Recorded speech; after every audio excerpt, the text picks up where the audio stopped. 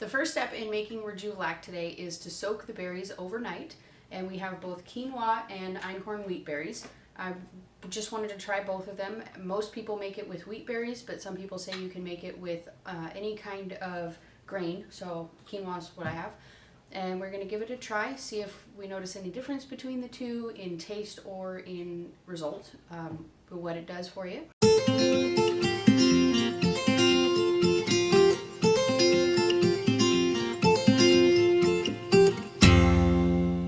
First things first, we're going to take the berries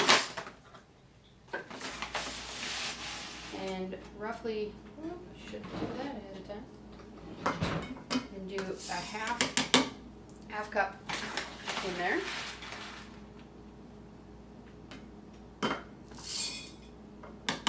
There we go. Next we're going to cover the berries with enough water to cover it, and I'm doing a little more, you don't have to.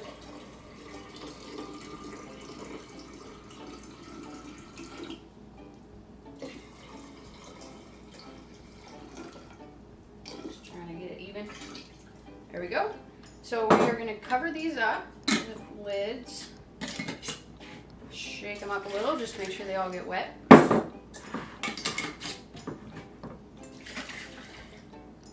There we go.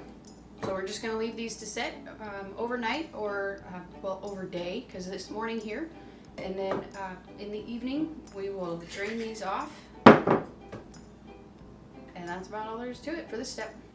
It's the evening of day one, and we let the wheat berries and the quinoa soak for the whole day. So the next step is to drain them and rinse them. So we're going to go ahead and do that.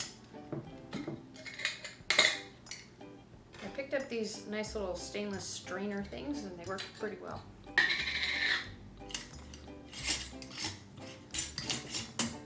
So I just dump it out, get all the water out, and rinse them off. You want to make sure you're using fresh water for this, or filtered water. Any of the chlorine or anything in there can kill whatever bacteria is on these, and then it won't ferment. So you always want to make sure you use good, clean water.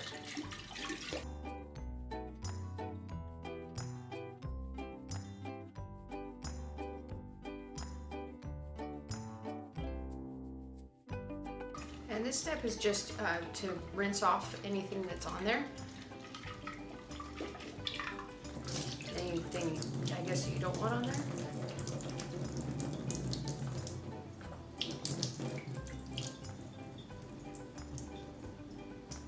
I used to do this all the time with wheat berries back when I consumed gluten. I would do this with the einkorn berries and sprout them and make bread out of them, and it worked pretty well. It's a good way to get some healthy breads if you have to consume bread.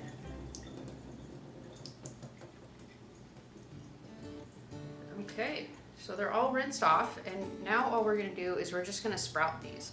So we're going to find a way to tilt them a little bit so that any extra water in there can drain out. And you want to make sure you have an opening here. You can use the steel mesh. They sell these as plastic sprouting tops as well, or you can just use a cheesecloth or a muslin or something like that and just rubber band it over there. And then you're just going to leave it and you rinse it off. I think they said like twice a day, so we're going to go ahead and do that, and I'll bring you along for one or two of those, and we'll see how that goes. And then once it starts to sprout, you'll see little tails that'll grow off of them. I'll show you those when the time comes. So we'll see you tomorrow. It's the morning of day 3 for our Rejuvilac attempt, and I just want to see if I can get you to see.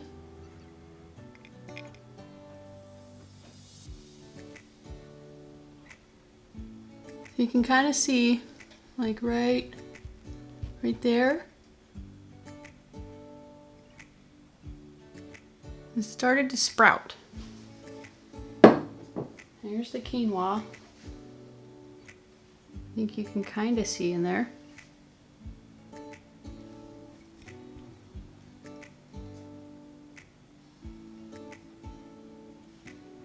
So they've started to sprout. You can see it right there especially. So I'm gonna let this go for a little while longer. I just wanted to show you how I rinse these off. I do it in the morning and in the evening. Oh, you can see some right inside there. There we go. Okay, so all I do is just take that mesh lid off, pour in some water,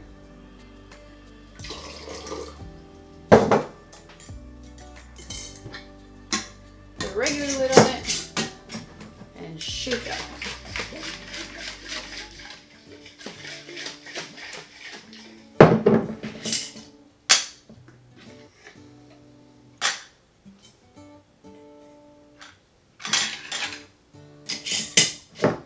And pour it off.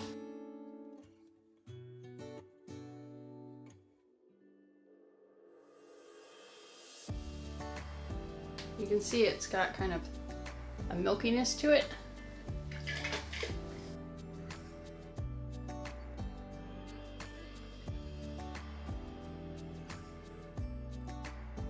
That's all there is to it. You just do that twice a day until they start to grow longer sprouts. I'm gonna pull them this evening and I will bring you along when I'm ready to do that and move on to the next step. So it's the evening of day 3 and now we're getting ready to finish the process off on this. So what we're gonna do is just rinse them off again.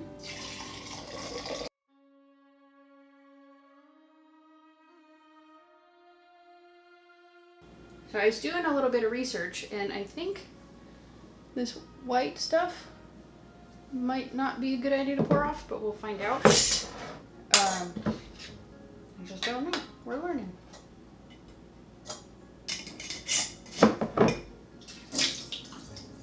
So if it doesn't ferment properly, then I know I did it wrong. If it does, then I might have still done it wrong, but we'll see. The white stuff is much more pronounced in the wheat.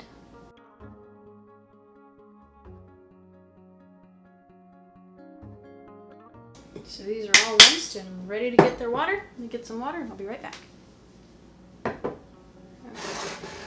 So the one recipe that I did find for a half a cup of grains was to make it in a quart jar and just to finish filling up the quart jar. So that's what we're gonna do. Just fill this up to the quart line.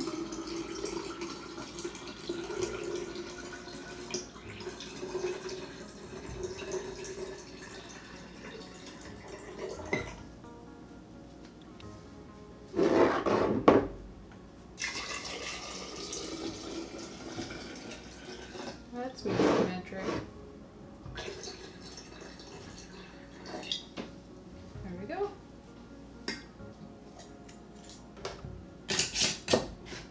Get all this in the water. That's it for that step. So now we're just gonna leave these to set on the countertop and we're gonna shake them up a couple of times a day just to get the grains circulating around in there. And then I will bring you back when it starts to turn into a white foamy, well not foamy, but a white cloudy thing, and I think it's supposed to have some bubbles and stuff on top, so I'll bring you back then. It's been 2 days since we left the Rejuvilac to set and ferment. And this is what the quinoa looks like. You can see the bubbles and everything at the top here, and it's super cloudy. And here are the einkorn berries. I don't know if you can see, but there's like a white film underneath here, and it's also nice and bubbly and cloudy. So we're gonna pour these off. Ooh, I don't know if you guys caught that sound.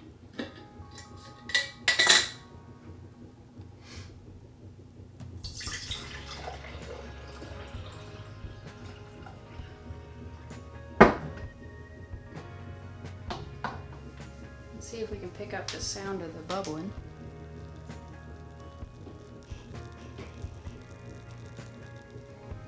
We'll see. There's the wheat. Let's get the other one going.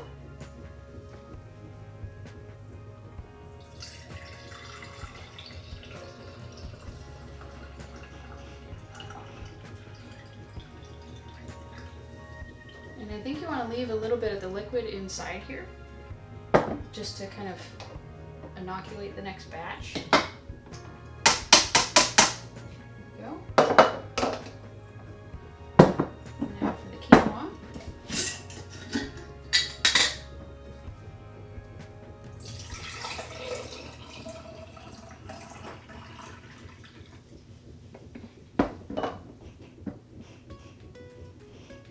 This one's not nearly as bubbly. In fact, I don't even think it's bubbling at all. It was when I first poured it though.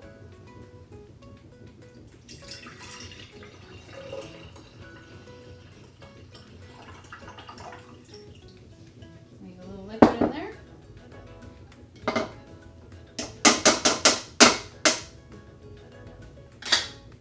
Okay. Kind of just smells like weird quinoa. All right, well, let me get a different glass here.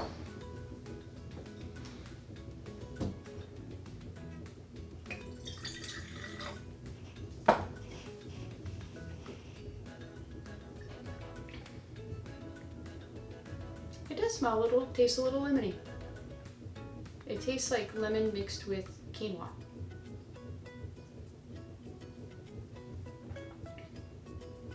Not great. Ugh. It's not terrible, but it's not good.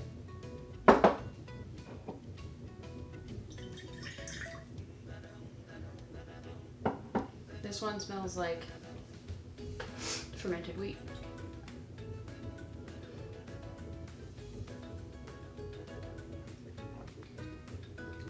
This one's a little more lemony.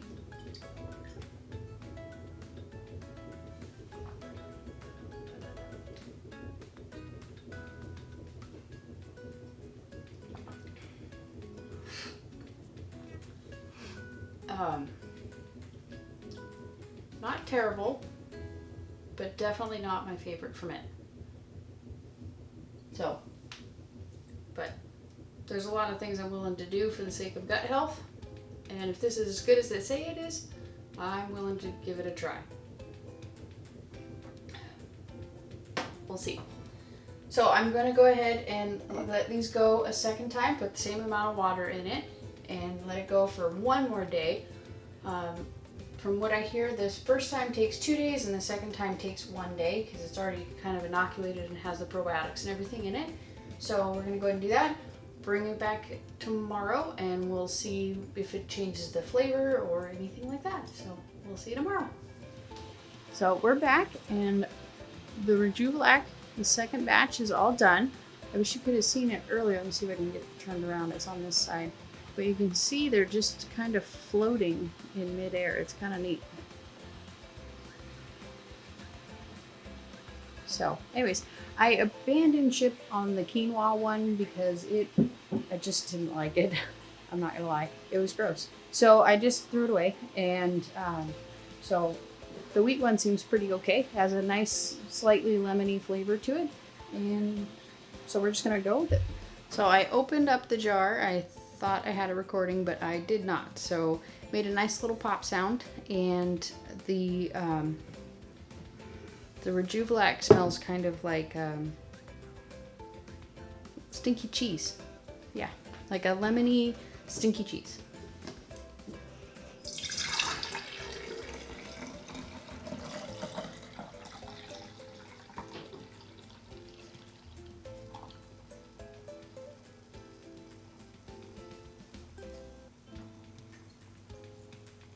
See if you can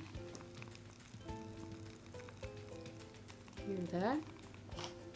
It's definitely got some probiotic action going on. All right, time for the taste test.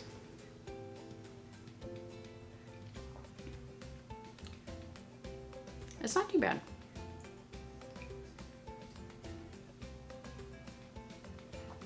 I think if I were gonna try this again, I would definitely try it with more of the wheat berries. It just has a strange taste and it's very mild.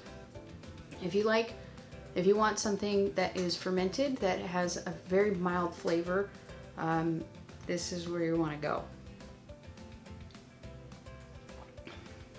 that's the Rejuvilac experiment. I hope you found this informative and satisfied your curiosity, I guess. I would recommend you try it, especially if you like more of a mild ferment. I hope you like this video. Share if you know anyone who would benefit from it. And for more videos like this, please subscribe. Thank you.